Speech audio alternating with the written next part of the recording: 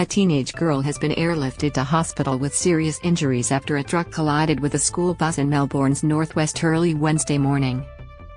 The truck crashed into the school bus, which was carrying students from Ballarat's Loreto College, on the Western Freeway near the intersection of Condons Lane, Pentland Hills about 3:15 am. Watch the video above. Students injured after school bus was hit by a truck. Watch the latest news on Channel 7 or stream for free on 7+. The bus, carrying 27 female students ranging from Year 9 to Year 11, 4 adults and a driver, rolled down an embankment. Loading tweet: several people were taken to hospital in serious condition.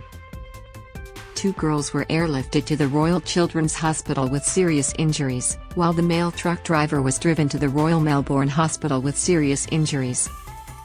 A woman in her 40s was taken by road to the Royal Melbourne Hospital in a serious but stable condition with upper body injuries. A man in his 50s who was treated for lower body injuries was also driven to the Royal Melbourne Hospital in a serious but stable condition. The rest of the students and adults were all taken to various hospitals in Melbourne in a stable condition. It is understood the bus was travelling to Melbourne Airport, with the students and teachers due to fly to America to attend a NASA space camp. Moments before crash, Detective Inspector Roger Schron said before the bus crash occurred, there had been another collision involving a heavy vehicle on the same freeway earlier on Wednesday morning. Following the incident, Vic Rhodes was working on the side of the freeway, putting up speed reduction signs and working on the safety barrier which had been damaged. It is believed the school bus slowed down when the driver spotted the speed reduction signs on the freeway. But, as the truck rounded a corner and headed down towards a hill, it collided with the back of the bus, sending it hurtling down the embankment. Schron said he understood the speed limit on the freeway was normally 110 km per hour, and that the speed reduction signs initially read 80 km, decreasing to 40 km closer to the scene of the first incident. Schron said the front of the truck had been considerably damaged. The front cabin has been destroyed, you can barely get into it, he said. Trucking company Kangaroo Transport Industries confirmed a B-double truck was involved in the horror crash.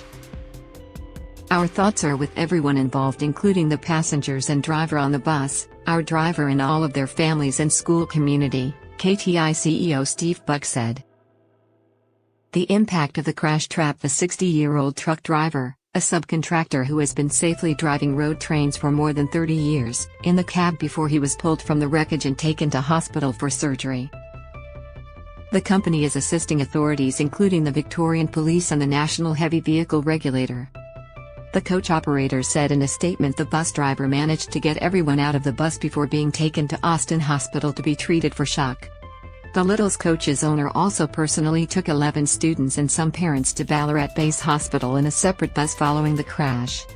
Witness speaks: Trevor Oliver works for a towing company and was attending to the first incident about 800 meters up the road when he heard 3 loud crashes. He headed back down the freeway, and was shocked by what he saw.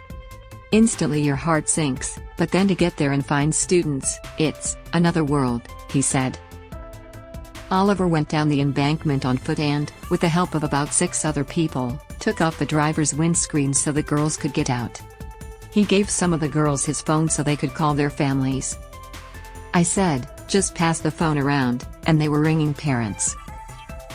While most passengers made it out unscathed, Oliver said one girl had sustained some particularly confronting injuries. The worst one was a girl who had her leg partially amputated, he said. Through tears, Oliver described how he helped to get the girl out of the bus. 3 of us got hold of her. We got her free and carried her out, he said. I was just trying to calm her down, grabbing whatever we could to wrap her leg because we were conscious of her bleeding. It just seemed like an eternity to get enough ambulances there. An ex-CFA member, Oliver said he's dealt with many traumatic incidents before, but it never gets any easier. I'll process it. I've done it before, I'll do it again. But it does have an effect, no doubt. Nearby resident Angie Greenland woke to the sound of the air ambulance arriving.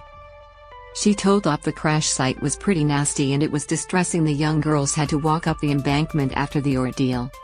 They walked up the off-ramp to a waiting bus half a kilometer away, she said. I really was very angry because I thought if that was mine, if it was my child. I could not believe how they were treated. Schrantz described the incident as horrific for both the students and their parents.